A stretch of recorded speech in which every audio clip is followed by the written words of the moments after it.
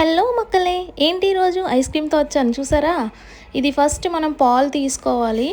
ఒక half litre పాలు తీసుకొని హాఫ్ కప్ షుగర్ వేసి దాంట్లోని బాయిల్ చేయాలి. బాగా దగ్గరికి బాయిల్ చేసి మళ్ళీ 2 టేబుల్ స్పూన్ కస్టర్డ్ పౌడర్ కలిపేసి నేను వేసాను. దీన్ని ఏంటంటే బాగా మరిగించాలన్నమాట. దగ్గరికి వచ్చినట్టు చూసారా ఎంతలా రావాలన్నమాట.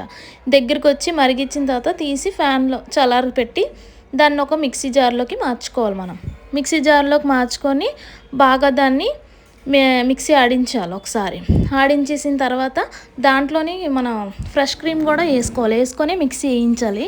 ఫ్రెష్ క్రీమ్ వేసుకొని మిక్సీ ఆడించాలి. నేనైతే అమూల్ ఫ్రెష్ క్రీమ్ యూస్ చేశాను. చూసారా ఇలా రావాలి కన్సిస్టెన్సీ. దీన్ని ఒక డబ్బాలోకి మార్చుకోవాలి. మనం ఏదైనా ఎయిర్ టైట్గా ఉండే దాంట్లో మార్చుకోవాలి. దీని మీద ఒక క్లింగ్ ర్యాప్ వేసుకొని డీప్ ఫ్రిడ్జ్లో పెట్టేయాలి. ఇది ఒక 2 అవర్స్ పెట్టుకోవాలి. 2 to 3 అవర్స్ పెట్టుకున్న తర్వాత ఇలా వస్తుంది.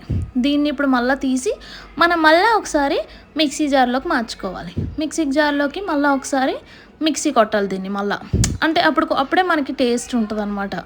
మళ్ళీ ఒకసారి మిక్సీ జార్లో మార్చుకొని ఇలా ఫైన్గా చూసారు అలాగొచ్చిందో ఇలా చేసుకొని దీన్ని మళ్ళీ ఆ డబ్బాలోకి మార్చుకొని దాని మీద మనం ఫాయిల్ పేపర్ ఉంటుంది కదా దాంతో పెట్టి కవర్ చేసుకోవాలన్నమాట.